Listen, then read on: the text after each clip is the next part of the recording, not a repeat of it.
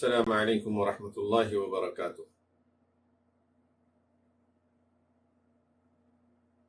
بسم الله الرحمن الرحيم.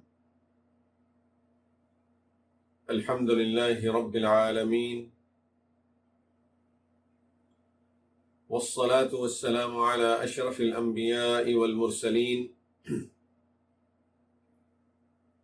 سيدنا وحبيبنا ونبينا محمد وعلى آله وأصحابه وأزواجه ومن تبعهم بإحسان إلى يوم الدين. أما بعد. We were talking about Sayyidina Ibrahim alayhi salatu wassalam and how he beautifully explained to his people, and without them realizing, made them admit that these objects that you are worshipping, be it the idols or sun, moon and stars, they are not worthy of being worshipped. And made them admit that you can give up some of these idols, some of these objects, and not worship them, and you'll still be fine if you worship the other ones. Which means then those are not gods. So how about I choose these ones? Okay, you can choose these ones and not worship other ones, that's fine. How about now I give up these ones and choose the other ones? Yeah, that's fine. So he made them admit that giving up in any of these gods was fine, and there was nothing wrong with it, which is basically making them admit to these things are not gods. Otherwise, how could you can give up on God and still be considered to be a believer? So after that, people started realizing how strong was Ibrahim alayhi salatu wassalam's method of explanation and his arguments that he's presenting, and they had no answer to them. And the word spread through the country, and the king heard about it. So he called Ibrahim alayhi salatu wassalam, and he wanted to have a debate with Ibrahim alayhi salatu wassalam and prove to him that these are gods. Rather, he even wanted to claim that he himself was a god. Now, we are getting even worse than what it was before now. Not only those objects, now even he wants to be the God. Although it's not something a new claim that he's going to make, but he wants to convince Ibrahim alayhi salam that I'm God also. So Ibrahim alayhi salatu wasalam went to him and a discussion started. This king starts with trying to prove himself as God. And he says to Ibrahim alayhi salatu wasalam, tell me something that your God can do and I cannot do. Tell me something that your God can do and I cannot do. Of course, everything. Everything. What is it that you're going to tell? How long of a list can you make? You can put everything in that list. Allah can do everything. You can do nothing. But Ibrahim alayhi salatu wassalam, rather than turning it into an argument, oh, you can do nothing, he says, okay, I'll just give you one thing. I'll tell you one thing. Let's see if you can do that. إِذْ قَالَ إِبْرَاهِيمُ رَبِّيَ الَّذِي يُحْيِي وَيُمِيتُ. My Lord gives life and death. Do you do this? Can you give life and death? This king turned out to be more, I don't know what will be a good humble way of putting it, more stupid than we could imagine a king would be. In our time, That's fine. Everyone knows. But when you read in the history king, you will imagine that this person would be an intelligent person, would be sharp. But you see that this person, no. So, Ibrahim alayhi salatu wassalam, when he said to him that Allah gives life and death, how about you? What can you do in that regard? Do you control life and death? So he says, yes, I can do that. What? You control life and death? He said, yes. And let me prove to you. How does he prove to Ibrahim alayhi salatu wassalam that he controls life and death? He asked his guard to go and capture a person from the street and bring that person to him. He brought the person there and the king killed that person. He said, see, I control the death. And I can control life also. Let me prove that to you also. How did he prove that? He sent the guard to the prison. In the prison, there were people that were sentenced for lifetime. There were some that they already, the judgment was issued about them that they would be killed. So he said, get one of those people that is supposed to be killed, bring him to me. They brought that person to to the king, and the king released the person and he said, you can go. I'll set you free. So he says to Ibrahim alayhi salam, see, I give life, I give death. Even a child can understand that this is not giving life. This is not giving death. But what are you going to tell this person now? Ibrahim alayhi salatu wassalam, if he wanted, he could have argued on this point. Okay, tell me, give me the definition of life and death. Tell me what is giving life. Tell me what is giving death. Tell me, there are so many idols over here. If I present one of these statues to you, would you be able to give life, to put life into these statues and make it a living being?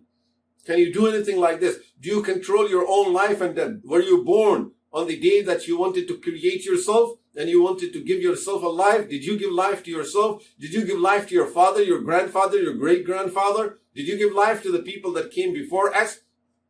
Do you cause all of those people that are dying in the world, are you making them die? Do you control your own death? Are you going to keep the death away from you so you're not going to die? What control do you have over life and death?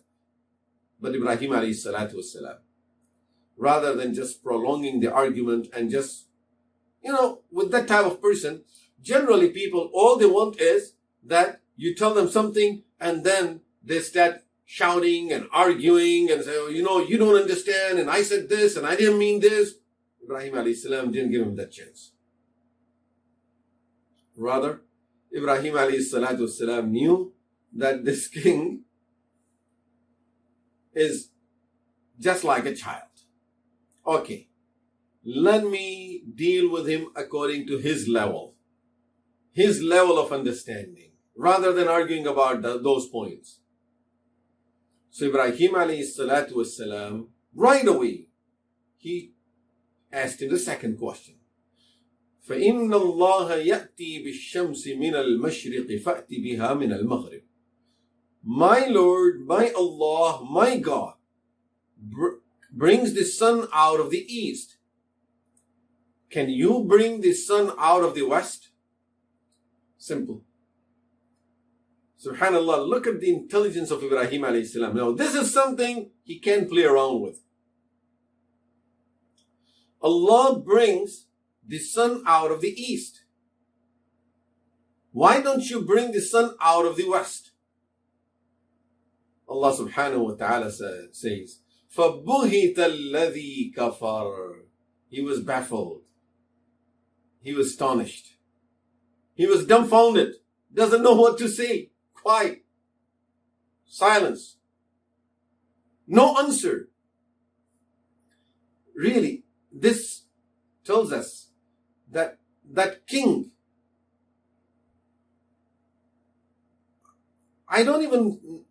I don't know how people even chose him to that position. But of course, nowadays we can understand with what we see happening in the world, with all the leaders in the world, you can understand it nowadays. But really, when you read the story, you think, couldn't they find someone that has a better understanding than this person here?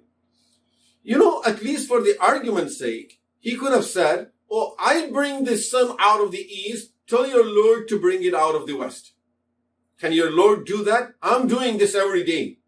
Can your Lord change it? He didn't even think of that much. Or maybe he knew if I say that, Ibrahim alayhi salam is going to make it happen, and then the whole country is going to follow Ibrahim alayhi salam. Anyway, he had no answer to it. Ibrahim alayhi salatu wassalam leaves the scene and he goes back home. Now, Ibrahim alayhi salatu wassalam realized that these people, these type of arguments are not going to work with them. They don't understand. They are not open to even thinking, let alone open to hearing, open to discussion, proofs, and we can sit and talk. No. These people are not even willing to think about anything about these idols. Okay, let me give them a lesson in a different way now. Discussions will not help at all. You know, there are some people, they are not good in education at all. You cannot educate them no matter what. These people will not learn, will not read. Reading and writing is out of their dictionary. They don't want to read. They are never going to learn anything. So now you put them in some physical work where they have to use their physical body, their muscles. Put them into some type of construction work. Break this wall, they will break it for you.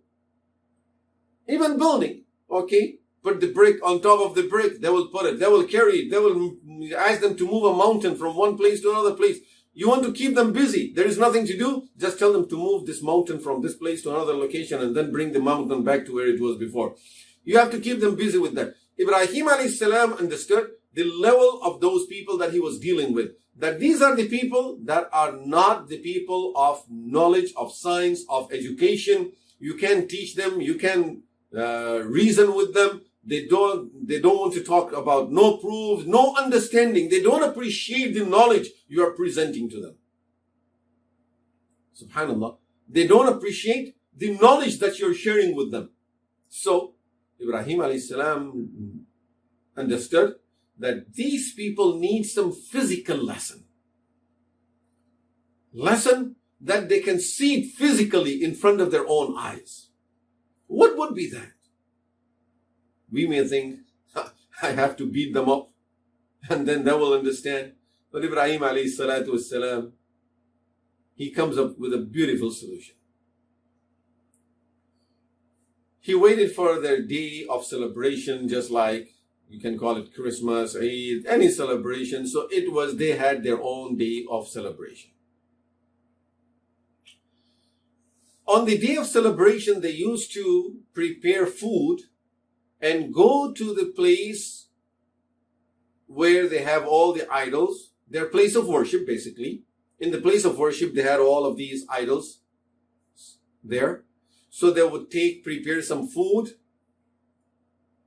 and present it to those idols. Leave the food in front of the idols. Offering to gods for that celebration.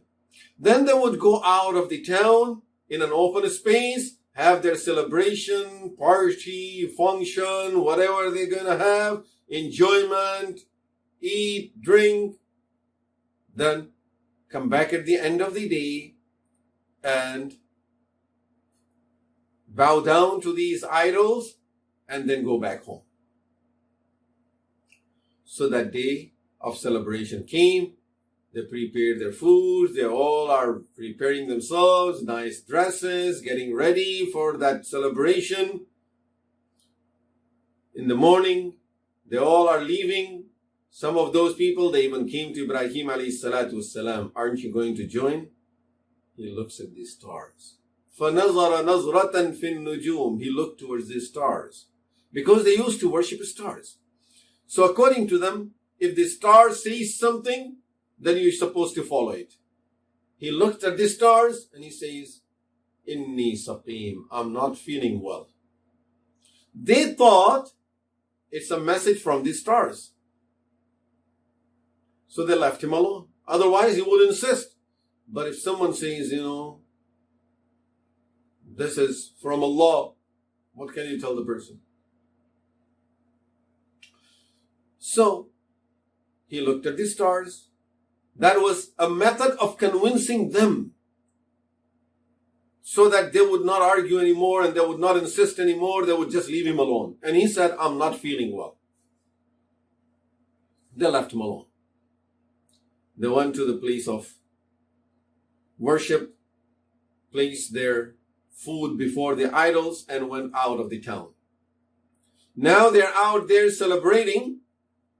On the other hand, Ibrahim alayhi salatu wassalam, now he goes out to the place of worship. All of these statues are standing there with so much food by their feet. He takes an axe and he starts hitting these statues, breaking them into pieces. He broke all of them except for one big one that was standing there. He left it up. And again, that was for giving people another lesson. And end of the day, when they were done with their celebration, they came back. They entered the house of worship, hoping that now their food is blessed. They left the food with gods for the whole day. These idols, these gods, to their language, in their language, these gods have blessed our food. Now we will take the blessed food, go back home, and have another party at home. When they entered this place of worship, they find the gods broken into pieces.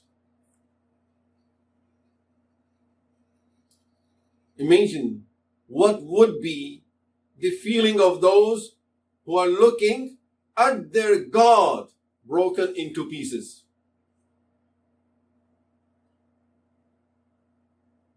They're looking at each other. Who must have done this? Who broke our idols? قالوا من فعل هذا بآلهتنا إنه لمن الظالمين. Who did this to our idols? What is this? Quran amazingly presents it in such a beautiful way. Who did this? This what? What is this? Who broke the arms of my God? Who broke the legs of my God? Who smashed the head of my God? Who broke my God into these pieces? Imagine how disappointed would be a nation who sees their God broken into pieces. And then they said, سَمِعْنَا فَتًى يَذْكُرُهُمْ. There is only one young man in our community who does not agree with worshipping them. He has to be the one. He talks about them. يُقَالُ لَهُ Ibrahim. His name is Ibrahim. Let's call Ibrahim. And they sent some people. Imagine everyone is angry. Let's find out who did it. We are going to kill the person. We're going to do this. We're going to do this. Okay? And they sent some people to bring Ibrahim alayhi salatu wassalam. Ibrahim alayhi salatu wassalam was brought to the scene. And right there, the leaders go up and they ask Ibrahim alayhi salatu wassalam, أَأَنْتَ فَعَلْتَ هَذَا بِآلِهَتِنَا يَا إِبْرَاهِيمُ. Ibrahim, did you do this to our lords? What's your question? What's your question? Is he more powerful than all of these gods together? What are you asking, Ibrahim? You should be ashamed to even ask this question. That are you asking someone, are you stronger than my God? And you broke the arms of my God? Did you break the legs of my God? Did you smash the head of my God? Did you break my God into pieces? And Ibrahim alayhi salatu wasalam looks at one of the big ones that was standing. He left it up there intentionally to teach them this lesson. He looks at him and he says, that one is standing there and he's the big one. He must be the one who broke all the other ones. He must be the one who did it.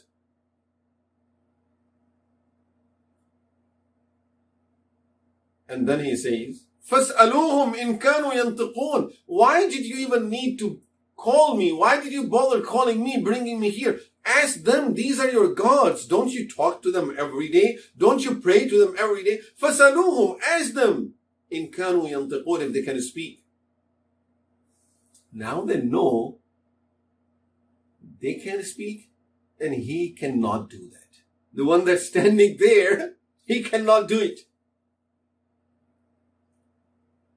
How logical is this question? Subhanallah. Yes. Ask them. And he's standing there. You can ask him also. And he has to be the one. This is why he's standing up. فَرَجَعُوا إِلَىٰ أَنفُسِهِمْ فَقَالُوا إِنَّكُمْ أَنْتُمُ الظَّالِمُونَ. Now they started talking to themselves and saying, we are the wrongdoers. Up to this point, who broke the idols? He's zalim. He's a wrongdoer. We're going to do this to him, this to him, this to him. But now, each and every person is blaming himself and talking to himself saying, إِنَّكُمْ أَنْتُمُ الظَّالِمُونَ. We are the wrongdoers. We are zalimeen. Subhanallah. How he made them admit that you are the wrongdoers, not me. After breaking all the idols, he makes them admit that you are the wrongdoers. ثُمَّ نُكِسُوا عَلَى رُؤُوسِهِمْ لَقَدْ عَلِمْتَ مَا هَؤُلَاءِ يَنْطِقُونَ. Now they put their heads down out of shame. They're so ashamed of themselves. And Ibrahim is standing now. It was supposed to be, according to them, he was supposed to be the criminal. Now he's standing on the stage and he's asking them, tell me, who did it? Ask him. Ask the one that's standing up there. Why don't you talk to him? Why don't you ask him? He must be the one who broke all the other idols. And with their heads down, they said, لَقَدْ عَلِمْتَ مَا هَؤُلَاءِ يَنْطِقُونَ. You know, they cannot speak. Subhanallah. When someone has to admit to this, when he puts them to a point where they had to admit to this, لَقَدْ عَلِمْتَ مَا هَؤُلَاءِ يَنْطِقُونَ. You know they cannot speak. Right away Ibrahim alayhi salam said, أَفَتَعْبُدُونَ مِن دُونِ اللَّهِ مَا لَا يَنْفَعُكُمْ شَيْئًا وَلَا يَضُرُّكُمْ. How can then you worship something that does not benefit you, that does not harm you? How could you worship something that cannot talk to you, that cannot hear you? What's the benefit of worshiping them? لا ينفعكم شيئا ولا يضركم. They cannot benefit you, they cannot harm you. Then worship Allah. Now, when people don't find no answer, and when they know that their points are so weak that they don't have any ground to stand on anymore, they can't talk, they can't say nothing, they can't respond to this person no more. So now they use the other methods, and that is, we're going to beat you up, we're going to kill you, we are going to do this. This is not the answer to my question. I'm asking you that they cannot speak. You just admitted they can't speak, they can't hear, they can't eat, they can't drink, they can't hear, they can't see. So now I'm asking you, why are you worshiping them? Why don't you worship Allah? Is the answer to that is, we are going to kill you? How does this answer my question? But this is how batil, falsehood is always like this. That when you cannot prove yourself, then you start arguing and getting upset and getting angry. And now you threaten the person and you start accusing the person and you start blaming the person. No need for all of that. Just answer the question. But they know that they don't have answers to the questions. So remember, a lesson for us. If you discuss any matter with any person, no need to get angry and start shouting at the person. Talk with proofs. Explain your point. Present your proof in a clear way and see what method will make that person understand. This is what Ibrahim a.s. is doing. Initially advising, then he's presenting the proofs, then he's having a debate, then he realized that no talk, no conversation is going to help these people. Now he presented a lesson to them by breaking the idols. So do what you need to do to explain to the people and making your point clear. No need to getting angry and threatening and cursing at people. So they said, we don't want to talk about it. Now we pass a resolution and we all agree, harriqu, burn him. Burn Ibrahim. Why burn me? Is this the answer to my questions? I proved to you that you're wrong. And now you want to burn me because I proved to you that you're wrong? It's not that I just said it. I proved it. You admitted to it. After admitting that أنكم أنتم الظالمون, that you are the wrongdoers. After admitting لقد علمت ما هؤلاء ينطقون, that they cannot speak. Now you say you burn me? Why burn me? Burn your idols. Burn yourself if you're so upset about it. But why burn me? But they just want to use their power now. Now they want to show their power. So they started putting up a fire. They said, we are not going to just have a small fire and burn him into that small fire. We will make him a lesson for all people of the world that the people throughout the history will talk about. Yes, that happened, but it went the opposite. So they are now putting up a big fire and they are going to throw Ibrahim a.s. in that fire. In other words, now Ibrahim a.s. is arrested and he is captured, he is chained, and once the fire is ready for him, they are going to throw Ibrahim in that fire. And finally, that day came. What type of fire did they put up? How did they throw Ibrahim alayhi salatu wasalam, and what happened after that? Insha'Allah, we will talk about it in our next session. وصلى الله تعالى على خير خلقه سيدنا وحبيبنا ونبينا محمد وعلى آله وصحبه أجمعين والحمد لله رب العالمين آمين يا رب العالمين.